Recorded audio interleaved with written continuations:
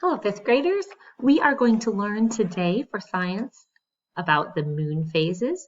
So let's get right into it this morning. This is a really cool lesson. I enjoy learning about this because as we know in Genesis, God talked about how he set the day apart from the night, how he gave us a light for the day and the light for the night so that we could separate them. He gave us the order. So he also talks about how he gave us the seasons and the years to put time into its place. So learning about this is amazing because we get to see how God gave us, how God ordered our days and our nights and our years and our seasons, and how he made everything work together for that.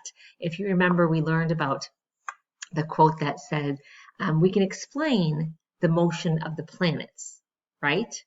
That's what Sir Isaac Newton said, the great, amazing scientist that he was. So we can explain the motion of the planets, but we cannot explain who set the planets in motion, right? We know that this was from a divine creator, that this was all ordered. So learning even about how the moon gives us our nights and our seasons and our tides is just so interesting. So let's get into our textbook today. We're on page 144. It's right on your screen, so you don't even need to turn to it. We're not going to stay long in our textbook. We're going to kind of use it as a launching ground to kind of get into some slides that will make a little bit more sense probably than just reading our text for today. But let's start here with phases and eclipses. It says, as the moon revolves around the earth and rotates on its axis, people see portions of its sunlit side. Okay, so let's stop for a second and talk about that. At any given moment, half of the moon is always lit by the sun, no matter where it is. You're always going to have a side that is facing the sun that is lit and a side that is not facing the sun that is not lit, just like the earth. Right? The moon is the same. So at any time, the moon is always half lit, even when you see it looks like there is no moon, or even when you see just a sliver of a moon in the sky and you think, oh, it's only just that sliver that is lit. At all times, half of the moon is lit. It just depends on its position in relationship to the sun and to the earth, and we'll get into that. But remember that fact. That's going to be important for you to remember. The moon is always half lit by the sun. Something else that is important to remember, as the moon rotates around, as the moon revolves, she used the right words, revolves around the earth, it is revolving in a counterclockwise pattern. Okay, so if you can think of clockwise means it revolves like a clock would. So it's going to go the same direction as a clock.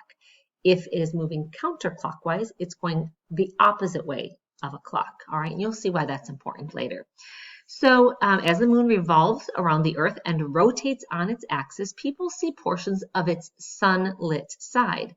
The shapes, the different shapes that the moon are, right? When we look in the sky, it's not always the same shape. It's different as we go through the month. The shapes indicate which phase the moon is in. Each phase results from the positions of the earth, the moon, and the sun. All right, that's what gives it its different, the appearance of a different shape. We know the moon is not changing shape, right? We know that. So what gives it the appearance that it is changing shape is its position in relationship to the earth and the sun. When it's revolving, makes it appear to have a different shape. All right, so there's 8 main phases of the moon, and we're going to learn each of them. It gives some of them here, the new, the first quarter, the full, and the third quarter moons, as well as 2 crescents and 2 gibbous moons. Okay, so we're going to get into some slides here before we get too in depth so you can actually see some examples. But those are 2 important words, crescent and gibbous. Those are 2 shapes that you're going to need to know because there are some moon phases that have those shapes. So let's look at your vocabulary on the left side of this text page. It says crescent, the moon phase in which less than half of the moon's sunlit side is visible. Less than half. All right, so the crescent moon is similar in shape to the letter C, backwards or forwards. It's just like a sliver. All right, and the gibbous is, again, back at your vocabulary section here, the moon phase in which more than half but not all of the moon's sunlit side is visible. So let's pause for a second while I pull up a slide that's going to show you an example of a crescent moon and a gibbous moon.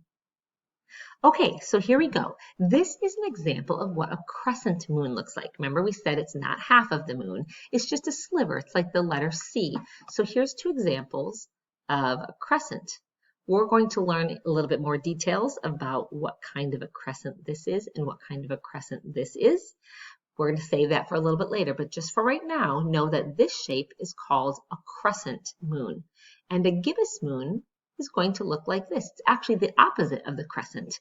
See here where the crescent is dark and the whole rest of the moon other than the crescent is shown. Here's two different types of a gibbous moon. Both have different names, but for right now, let's know that this shape is a gibbous moon. All right, so let's move ahead to how we get these moon phases. All right, so let's look. We've got the sun right here, okay? The sun is going to stay in the same spot always. We have the earth that's revolving around the sun, but that's not what we're going to focus on. We've already done that. We know that that creates a year. We know that its tilt creates the seasons. We've learned all that. Now what we're talking about is the moon revolving around the earth and how this gives us different moon phases, along with some other things we're going to learn about, but different moon phases. All right, so let's look at this example here. We have the position, meaning the sun is here, the earth is here, and in its revolution around the earth is right there. So let's look at this. The sun is lighting the moon. Remember, the moon does not give off light. It just reflects the light of the sun, and it is always half lit. So we can see that the side of the moon that is half lit is right here, facing the sun. So when the sun, the moon, and the earth are lined up in this way, if I were right here, oh, here's a little guy right here. If I'm on the earth and I'm looking up into the sky, what do I see right here? I see nothing, right? I see what we call the new moon, because it looks as if there is none. Sometimes it might just look, here's an example in the box of what you might see if you looked up into the sky. You might see what just kind of looks like a shadow of the moon, but nothing is going to be lit. There's nothing giving off light. There's nothing reflecting light in the moon. It's just right here. So if I'm looking from the top down on the universe, I would see that yes, right here, we've got half the moon that's lit. But when I'm on Earth looking up into the sky, it looks as if there is no moon. We know that there always is. We know that it doesn't change shape. All right, so this is called the new moon phase. And you're going to have to memorize these 8 moon phases. You're going to be quizzed on them and then tested on them at the end of this chapter also. So kind of start getting an idea of the new moon means it's brand new. You can't even see it yet. It's like the opposite of a full moon, right? Where you would see the whole thing. A new moon is where it's completely dark or maybe just shaded. Okay, so now we're going to follow the moon as it's going to revolve around the earth this way. All right, so as we follow it around the earth, we're going to see that half is going to stay lit, but our view is going to change a little bit. So let's go to the next phase. After the new moon phase, when it gets to right here, let's look at this. Again, the sun is shining and half the moon is still lit. But from Earth, look at what we're seeing. We can now look from here to here and we see that most of the moon is dark, but on the right side here, we see a little sliver of light. Okay, so what I kind of like to do is pretend that this part right here, okay, this is a little bit rough with my mouse here, but you can't see this back side of the moon. I'm just going to kind of erase it. So when you are looking from Earth, you only see this half of the moon. You're not seeing the half that's lit. You're not only seeing the half that's unlit. Actually now you're seeing this part of the moon. So again, almost completely dark, but there's a little sliver on the right. So look, this box right here is our view from Earth. If you look into the sky, you would see just this sliver right here. Just this little piece on the edge. All right, that is called a waxing crescent phase. I want you to hold on the waxing and the waning. That just pretend this is not here right now. We're going to get into what that is, but I want us just to get used to the words crescent and gibbous. So this is a crescent moon right here. Okay, let's move on. Okay, we're moving on to the next phase. So now the moon has revolved to this spot. So you've got the sun, the earth, and the moon is here now. So you can see still that same half of the moon is lit. That same half of the moon will always be lit, the part facing the sun. But from earth, when we are looking up into the sky, what do we see? All right, we don't see this half. You almost need to cover this half up right here with your hand. You're just going to see this.